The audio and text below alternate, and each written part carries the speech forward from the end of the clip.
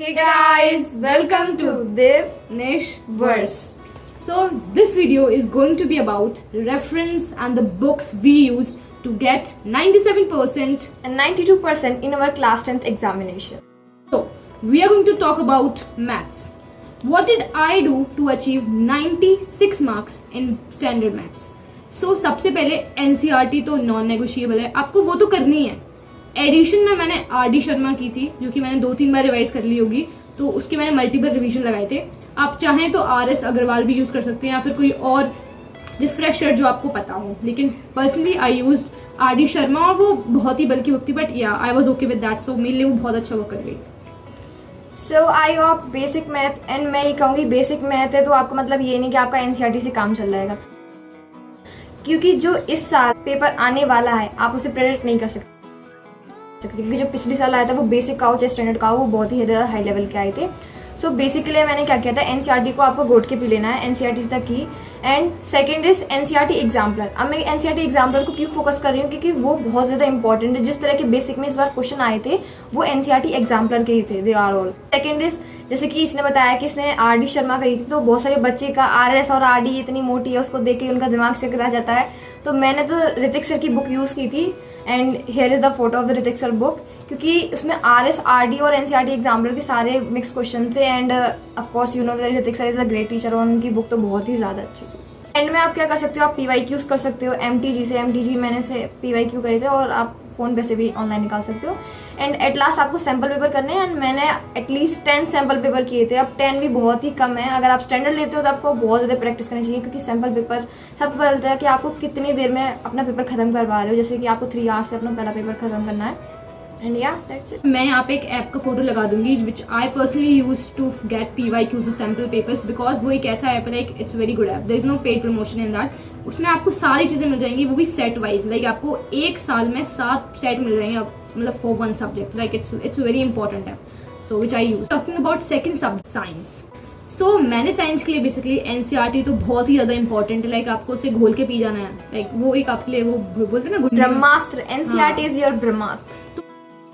वो तो आपको बिल्कुल नहीं छोड़नी है, क्योंकि साइंस के लिए वो बहुत ज़्यादा इंपॉर्टेंट हो जाती है. मैथ्स में फिर भी कम लेस इंपॉर्टेंस रखती है, बट साइंस के लिए इट्स वेरी इंपॉर्टेंट. उसका एक एक शब्द लाइक बहुत ही ज़्यादा इंपॉर्टेंट है. सेकेंडली मैंने एस्चन से किया था, बिकॉज कुछ चीज़ें होती है कि जो हमें NCERT की पहली बार में समझ नहीं आती है. तो एस्चन आप बेसिकली एक रेफरेंस की तरह ले सकते हो. उसमें बहुत ही ईजी एंड सिंपल लैंग्वेज होती है, विच आई पर्सनली यूज. क्योंकि आप जो बाकी रिफ्रेशर्स होती है, कुछ रिफ्रेशर्स चल रही थी हमारे स्कूल में उस टाइम पे, तो उनकी बहुत ही हार्ड एंड कॉम्प्लिकेटेड लैंग्वेज थी, जो कि समझ नहीं आती बच्चों को. एस्चन में सब कुछ एकदम प्रॉपरली इजी लैंग्वेज में आपको समझाया हुआ है. उसमें बहुत क्वेश्चंस भी होते हैं जो कि आप बेसिक, और जब बेसिक लेवल होता है ना तो आप उसे कर सकते हो. लेकिन फॉर फर्दर प्रिपरेशन आपको थोड़ी रिफ्रेशर्स लेनी चाहिए. उसमें आपको PYQs वगैरह मिलते हैं और थोड़े कॉम्पिटेंसी बेस्ड क्वेश्चंस मिलते हैं. मोर ओवर अगर आपको NCERT की जो हार्ड लैंग्वेज है वो नहीं समझ में आ रही है, तो आप जो यूट्यूब पे line by line explanation Samriddhi ma'am की डली हुई हैं और सानिया मैम की भी डली हुई हैं, आप उनको देख सकते हो. और उसमें एक्टिविटीज़ भी आपकी सारी कवर हो जाएंगी एंड जितने भी इंपॉर्टेंट बॉक्सेस हैं वो भी कवर हो जाएंगे. एंड मैंने PW क्वेश्चन कंसेप्ट बैग भी यूज़ की थी, क्योंकि वो बहुत ज़्यादा अच्छी थी. उसमें माइंड मैप मिल जाएंगे आपको, मेमोनिक्स मिल जाएंगे जितने भी हैं. And yeah I use PW के sample papers, but in science I prefer Educart, क्योंकि उसमें जो हमें 2 सील सैम्पल पेपर मिलते हैं. मोर ओवर वो आपको एकदम फील दिला देते हैं. जो सैम्पल पेपर होते हैं आप टाइमर लगा के उनको सॉल्व कर सकते हो. सो टॉकिंग अबाउट SST, तो SST में आई गॉट 100. और उसमें जो आपको कुछ नहीं करना, आपको सिर्फ जो 4 NCERT ना आपको, वो बेसिकली आप उनको रामबाण समझिए अपना. आपको इतनी बार उसका रिवीजन करना है कि आपको उसका एक एक शब्द पता होना चाहिए. और जो मैप्स हैं, मैप्स की तो आपको कम से कम, आप अगर एग्जाम से भी 15 दिन पहले उसकी लगातार प्रैक्टिस करोगे फॉर हाफ एन आवर, तो I think you will be able to achieve it, because this is how I did it. तो I think you can also do that. SST में आपको कोई भी रिफ्रेशर यूज़ करने की जरूरत नहीं है, क्योंकि NCERT से ही सब कुछ आता है SST में. एंड हमने भी कोई रिफ्रेशर यूज़ नहीं करी थी. लेकिन जैसे कि कुछ बच्चे होते हैं जो आंसर राइटिंग नहीं कर पाते हैं, तो आप कोई भी एक रिफ्रेशर ले लो. आप कोई भी ओस वाले लो कार्ड, जो भी आपको बाजार में दिख जाए, बेसिकली जो आपके बजट में हो, आप ले लो. उसमें आप देख लो कैसे आंसर राइटिंग होती है.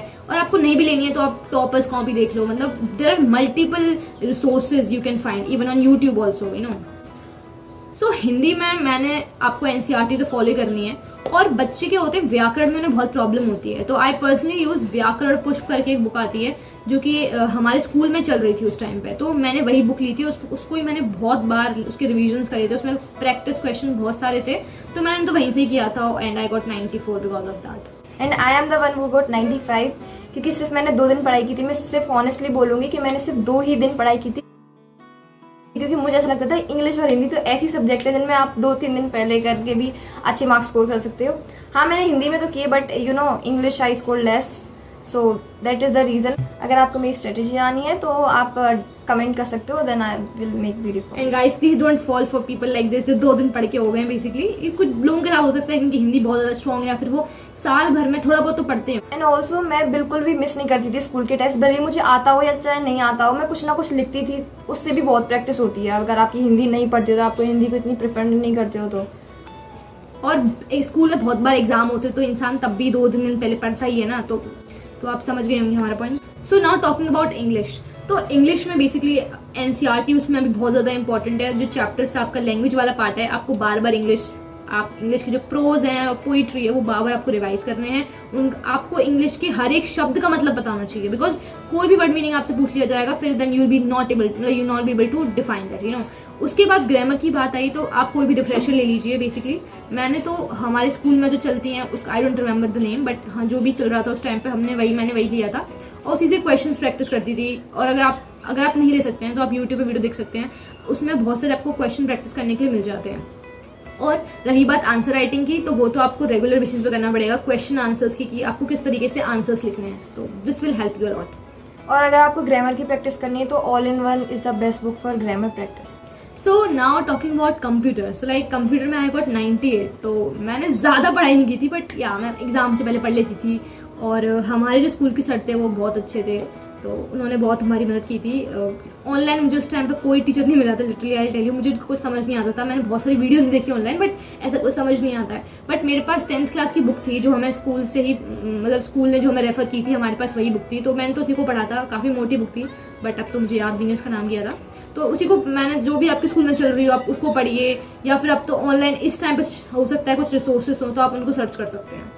सो कंप्यूटर के लिए भी मैंने भी बहुत सारे रिसोर्सेज देखे थे, बट सीरियसली मुझे उनमें से किसी का भी समझ में नहीं आता था। ऑल्दो मैंने यूट्यूब पे भी टीचर्स देखे थे, बट मुझे उनका भी नहीं समझ में आता था। सो मेरे कंप्यूटर के एग्जाम से पहले मुझे एक टीचर मिली थी जिनका नाम था बरखा मैम, एंड लिटरली वो उन्होंने बहुत अच्छा पढ़ाया था मुझे 2-3 दिन पहले। मतलब जो भी इम्पोर्टेंट बताया था वो तो आया ही आया था पेपर में, and I am very thankful to her. So guys, that's it for this video.